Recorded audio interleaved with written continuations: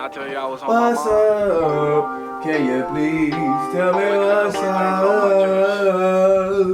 What's up? Can you please tell me what's up? What's up? Can you please tell me what's up? What's up? What's up? What's up? It's your brother, your cousin, your uncle, your nephew, your friend, but I can't be your son, it's your kinfolk, William Jewell. Giving you my detail as I articulate. This is articulating. Rap. How y'all doing? How y'all doing? If you haven't already, make sure you hit the subscribe button down below and turn all the notifications on so you can get all the new content when I post it. I just came here to articulate and give you my detail from articulative point of view of hip hop from close up and far away, microscopic and telescopic. Gotta see through the lens, right? But man, I know it's been a while. I know I've been on a hiatus. I know I haven't been posting everything, but I'm back at it. And right now, I don't want to commit to once a week, right? I don't want to commit to once a week, but I want to put things out when I can, when opportunity presents itself, and not put too much pressure on myself. All right, you know what I'm saying? Because damn, this can be a job. And like I said, I want to do it for the love, not because I feel like I have to. I want to do it for the love and not because I feel like I have to. And that's what's going to keep me going and keep me consistent, right? Keep me consistent. But I just want to put that disclaimer out there, right? Because I know I didn't do an end of the year wrap up, right? And I apologize to the people who've been following me, who's been listening to me from when this page or when this channel first started 2 years ago. I apologize. I did not do an end of the year wrap up, right? Because that's what's important, to really just kind of go through everything that hip hop went through the year prior, everything that you covered. And so since I didn't do that, I didn't want to come back, so many days into the new year and talk about last year, right? I wanted to come back refreshed and repositioned and, just rejuvenated all the re's, even Riri, please, right? So all the re's, and I just wanted to come here brand new with a renewal, and start this year off right. And start this year off right and talk about the projects that are supposed to be coming this year. Talk about the anticipation, what I've heard so far, what I've been listening to, and the anticipation for the awards, for the Grammys, and all types of things. Because these things are coming near. It's almost February. We almost got the Super Bowl performance from Bad Bunny coming, right? Jill Scott's supposed to be releasing February 13th. Iceman is supposed to be releasing. They said J. Cole was supposed to be releasing. A lot of rumors flying through the rumor mill. It's another name that I'm forgetting that's supposed to be releasing before the end of the year, maybe January 23rd, if I'm not mistaken. It's another person. But we'll follow back on that idea, on that thought, when the time comes. I love the IDK featuring Pusha T feature, A Life for Life. That single was dope. And just Push, he started off the year with a verse of the year. He started off the year with something to captivate us, something to really say, and people say he is sending subs to Drake, and it may be true, but we knew the sparring would never stop. So there's no need to make a big deal about it, but just enjoy good music. And I don't know about y'all, but just Push without malice, I feel like Push can really extend and expand himself. I feel like when he's on the song with his brother, it seems like he lets him shine a little bit more, like as a common courtesy or as a way that, hey, big bro ain't been really on a lot of tracks in a while, so I ain't gonna try to overshine him or overstep. I'm gonna let him get his shine on and just really just elevate the group like that because they already know how I am. I feel like I genuinely feel like Pusha T feels like that. So whenever he gets on the track with somebody else by himself, I feel it like he can really like showcase his repertoire and his ability and really just uh deliver those bars that are not only like lyrical but thought provoking and yuck, right? Like nasty, dark, you know, horrifying, as some would say.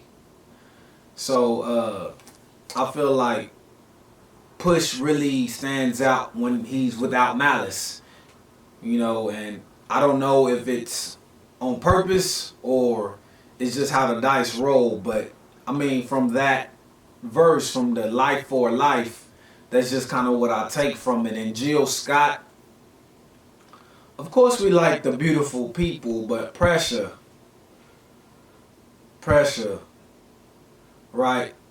She just talked about having the pressures, having the weight of looking like a certain person, of looking like a certain woman that the mainstream media wanted her to look like, especially at that time. In that first verse, she spoke about a man hiding her, right? And I feel like it's a lot of women, you know, on the heavier side that can relate, and no disrespect, it's a lot of women that could relate to that first verse of how a man is willing to be with them at night, but when it comes for the daytime, when it comes to being public, you know, he's nowhere in sight. He's deflecting his responsibilities of a relationship that he assumes to take on when the nighttime comes. So I think that perspective was great, and just kind of, you know, evaluating that perspective from the woman on that side. And the way a man can relate to that song is just like, we're not the aesthetic. We're not what the corporate America may deem us to be. We're not considered the first choice. We're not considered the best choice. We're considered a choice when it's convenient. And just it's so much pressure to talk a certain way, to move a certain way up that corporate ladder. And when we look around, we don't really see anyone like us. And just to continue to keep that image of us uplifted, we have to, or we tend to, or we think we have to behave a certain way and in certain spaces. And you know, in a professional sense, when it comes to getting money, you got to do what you got to do, but there's a thin line between being able to be yourself while still being professional versus being professional and just faking the funk all the way through. And like, it's stressful having to fake. It's stressful, you know, having to not truly be comfortable with being yourself because of what the opposition or what the others may think or say or feel about it. And like, so many people can relate to what Jill Scott is putting down, you know. So pressure, beautiful people. We got the album To Whom It May Concern. That's coming. That's coming. February 13th, I believe. That's the day before Valentine's Day. And so, you know, it's a lot of freestyles from Waco, Texas. Spade TV, shout out Warren. McCamey, ATM Man, shout out Timo. And I know my Lord is coming next.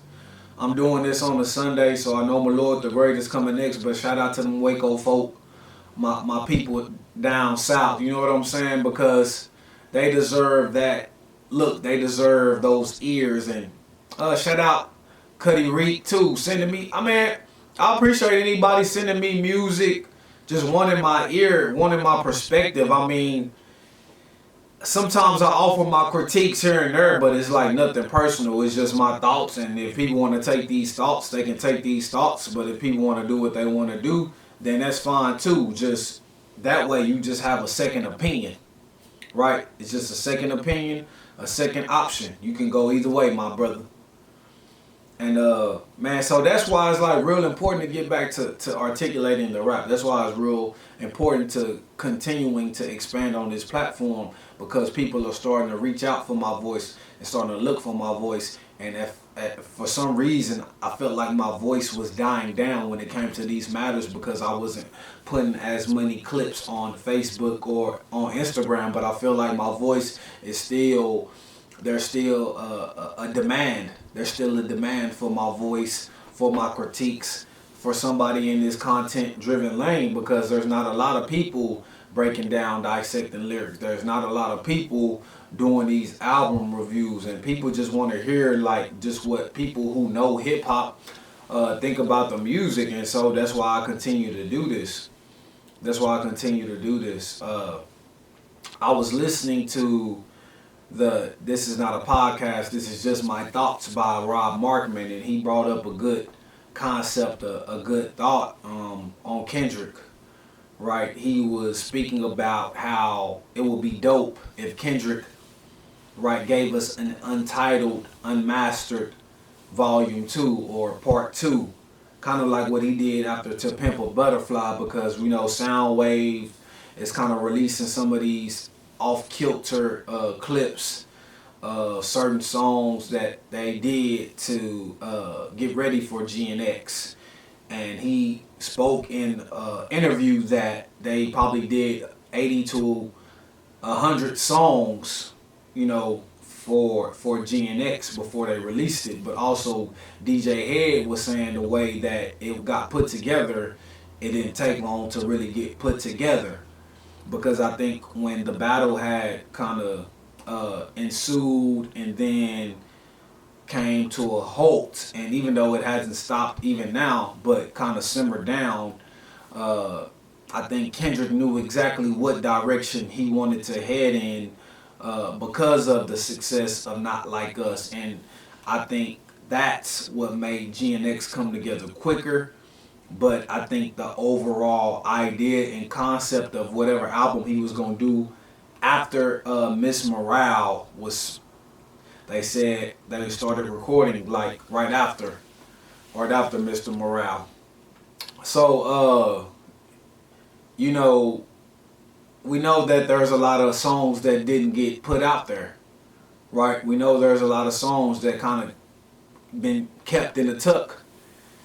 And I don't know if people are aware of some of the loosies that Kendrick had dropped during 2020, like the pandemic, because it seemed like he was supposed to release some stuff during the pandemic, and he didn't. And so he had to wait till Mr. Morale to release. And I really believe that is what explains the 5-year hiatus, because he wanted to release in 2020, but he couldn't release what he wanted to release at the time. And then I think it was just too much thoughts, too much going back and forth. And maybe that's where they landed on the idea of Mr. Morale. But it's a song called Pray.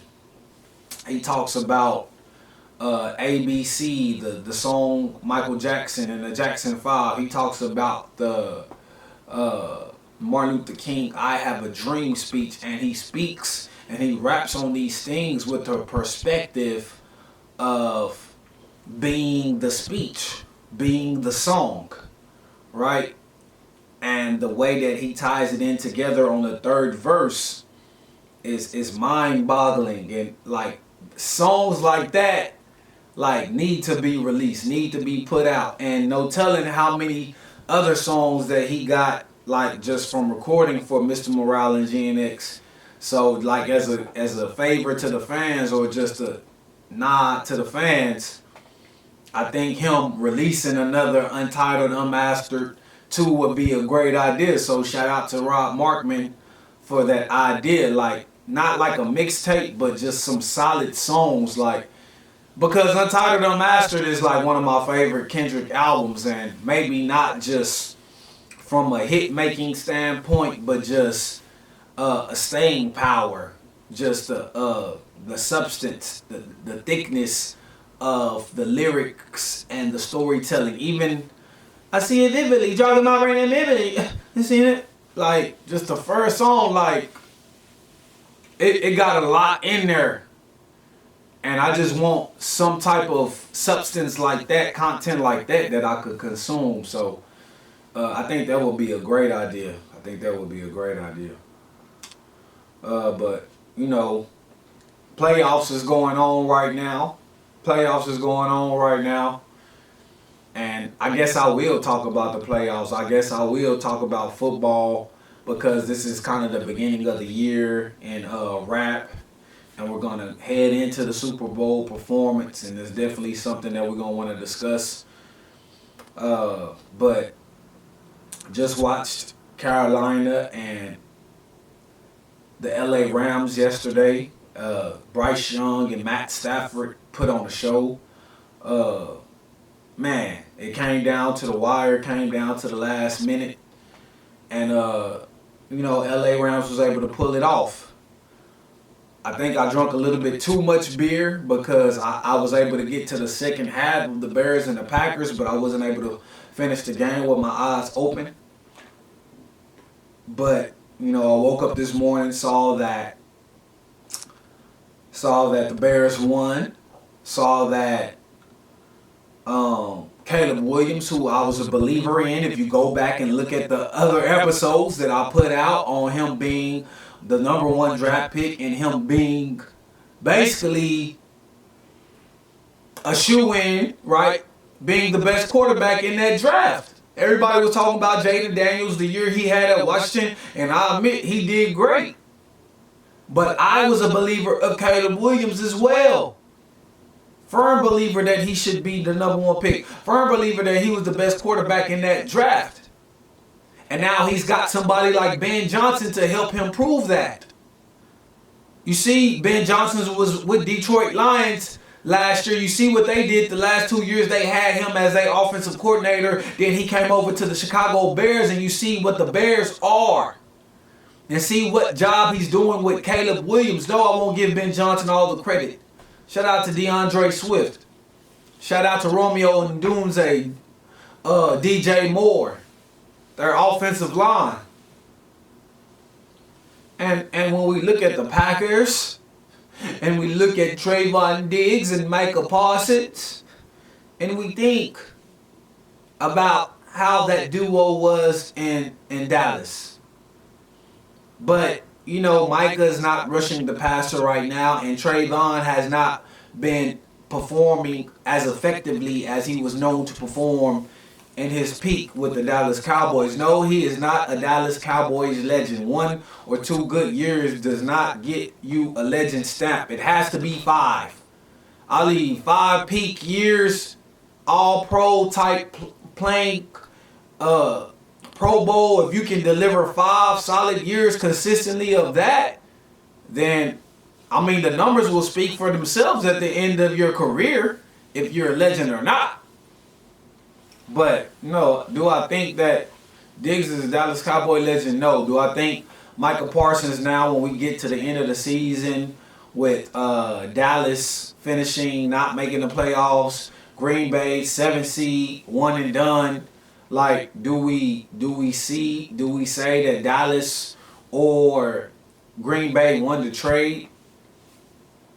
I think Green Bay won the trade because they were able to make it into the playoffs and because they were a better team without Green Bay was a better team with Micah Parsons. I believe Dallas lost that trade because their defense, they couldn't get the pass rush.